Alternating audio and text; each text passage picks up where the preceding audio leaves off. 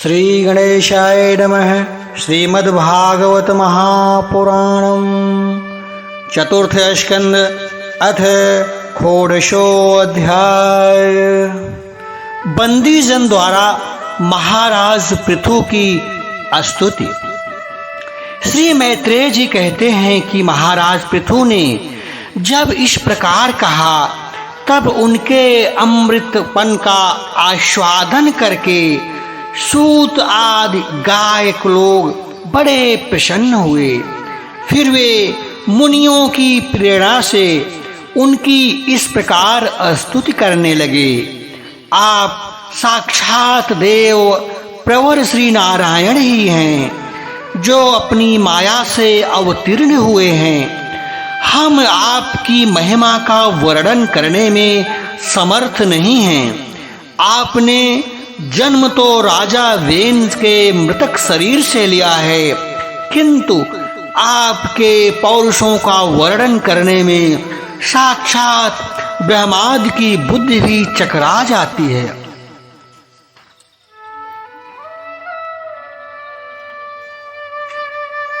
तथापि आपके कथामृत के आस्वादन में आदर बुद्धि रखकर मुनियों के उपदेश के अनुसार उन्हीं की प्रेरणा से हम आपके परम प्रशंसनीय कर्मों का कुछ विस्तार करना चाहते हैं। आप साक्षात श्री हरि के कलावतार हैं और आपकी कीर्ति बड़ी ही उदार है। ये धर्मधारियों में श्रेष्ठ महाराज पृथु लोक को धर्म में प्रवृत्त करके धर्म मर्यादा की रक्षा करेंगे तथा उनके विरोधियों को दंड देंगे।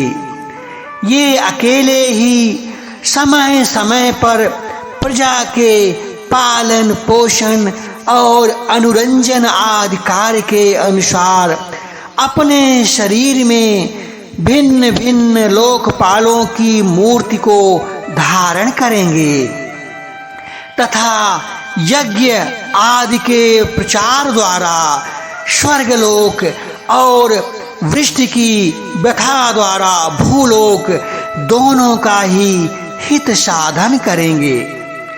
ये सूर्य के समान अलौकिक महिमान्वित प्रतापवान और समदर्शी होंगे।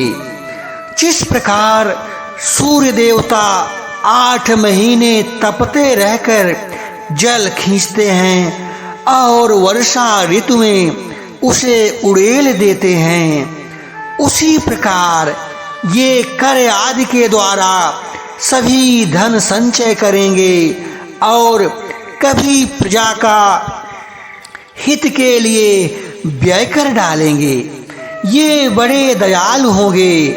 यदि कभी कोई दीन पुरुष इनके मस्तक पर पैर भी रख देगा तो भी ये पृथ्वी के समान उसके इस अनुचित व्यवहार को सदा सहन करेंगे।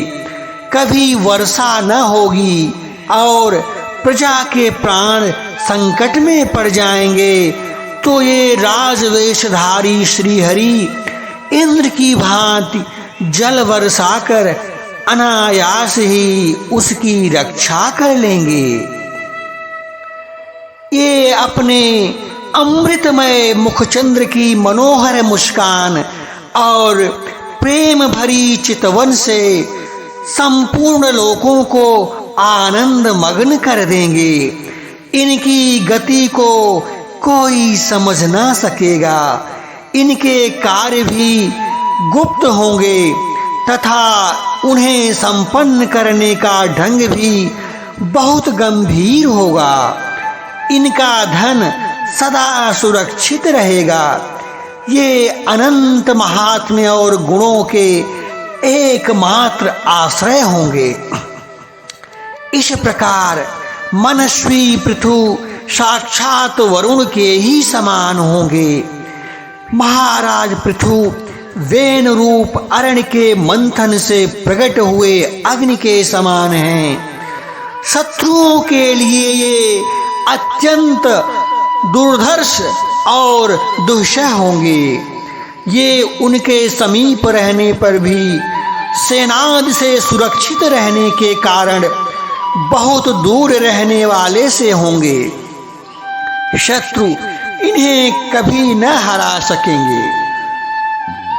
जिस प्रकार प्राणियों के भीतर रहने वाला प्राण पुरुष सूत्रात्मा शरीर के भीतर बाहर के समस्त व्यापारों को देखते रहने पर भी उदासीन रहता है, उसी प्रकार ये गुप्तचरों के द्वारा प्राणियों के गुप्त और प्रकट सभी प्रकार के व्यापार देखते हुए भी अपनी निंदा और स्तुति आदि के प्रति उदासीनवत रहेंगे।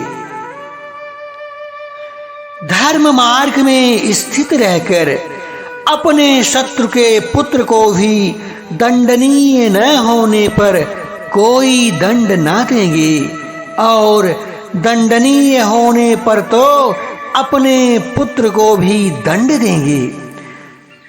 भगवान सूर्य मानसोत्तर वर्ष तक जितने प्रदेश को अपनी किरणों से प्रकाशित करते हैं, उस संपूर्ण क्षेत्र में इनका निष्कंटक राज्य रहेगा। ये अपने कार्यों से सब लोगों को सुख पहुंचावेंगे, उनका रंजन करेंगे। इससे उन मनोरंजात्मक व्यापारों के कारण प्रजा इन्हें राजा कहेगी। ये बड़े दृढ़ संकल्प, सत्य प्रतिज्ञ, ब्राह्मण भक्त, वृद्धों की सेवा करने वाले, शरणागत वत्सल, सब प्राणियों को मान देने वाले और दीनों पर दया करने वाले होंगे। ये पर स्त्री में माता के समान भक्ति रखेंगे, पत्नी को अपने आधे अंग के समान मानेंगे, प्रजा पर पिता के समान प्रेम रखेंगे और ब्रह्मवादियों के सेवक होंगे। दूसरे प्राणी इन्हें उतना ही चाहेंगे जितना अपने शरीर को। ये सुहृदों के आनंद को बढ़ाएंगे। ये सर्वदा वैराग्यवान पुरुषों से विशेष प्रेम करेंगे और दुष्टों की दंडपाण यमराज के समान सदा दंड देने के लिए उद्यत रहेंगे।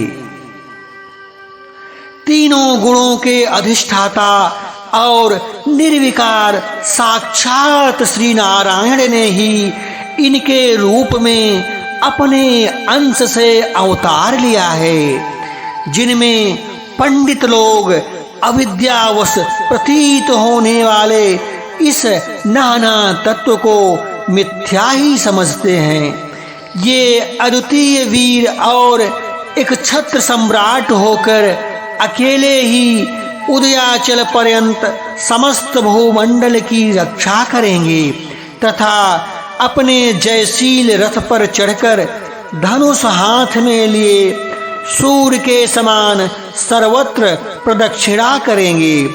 उस समय जहाँ तहाँ सभी लोकपाल और पृथ्वीपाल इन्हें भेंटे समर्पण करेंगे।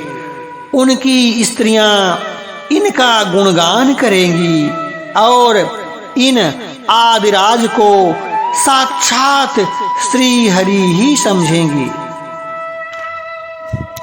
ये प्रजापालक राजाधिराज होकर प्रजा के जीवन निर्वाह के लिए गोरूप धारणी पृथ्वी का दोहन करेंगे और इंद्र के समान अपने धनुष के कानों से बातों की बात में पर्वतों को तोड़ फोड़ कर पृथ्वी को समतल कर देंगे। रणभूमि में कोई भी इनका वेग नहीं सह सकेगा। जिस समय ये जंगल में पूंछ उठाकर विचरते हुए सिंह के समान अपने आजगव धनुष का टंकार करते हुए भूमंडल में विचरेंगे, उस समय सभी दुष्ट जन इधर उधर छिप जाएंगे। ये सरस्वती के उद्गम स्थान पर 100 अश्वमेध यज्ञ करेंगे। तब अंतिम यज्ञानुष्ठान के समय इंद्र इनके घोड़ों को हर कर ले जाएंगे। अपने महल के बागीचे में इनकी एक बार भगवान सनत कुमार से भेंट होगी। अकेले उनकी भक्ति पूर्वक सेवा करके ये उस निर्मल ज्ञान को प्राप्त करेंगे जिससे परब्रह्म की प्राप्ति होती है। इस प्रकार जब इनके पराक्रम जनता के सामने आ जाएंगे तब ये परम पराक्रमी महाराज जहां तहां अपने चरित्र की ही चर्चा सुनेंगे। इनकी आज्ञा का विरोध कोई भी न कर सकेगा तथा ये सारी दिशाओं को जीतकर और अपने तेज से प्रजा के क्लेश रूप कांटों को निकालकर संपूर्ण भूमंडल के शासक होंगे। उस समय देवता और असुर भी इनके विपुल प्रभाव का वर्णन करेंगे। श्रीमद्भगवते महापुराणे पारमहंस्या संहिताया चतुर्थ स्कंदे षोडशो अध्याय संपूर्णम्। बोलो वृंदावन बिहारी लाल की जय।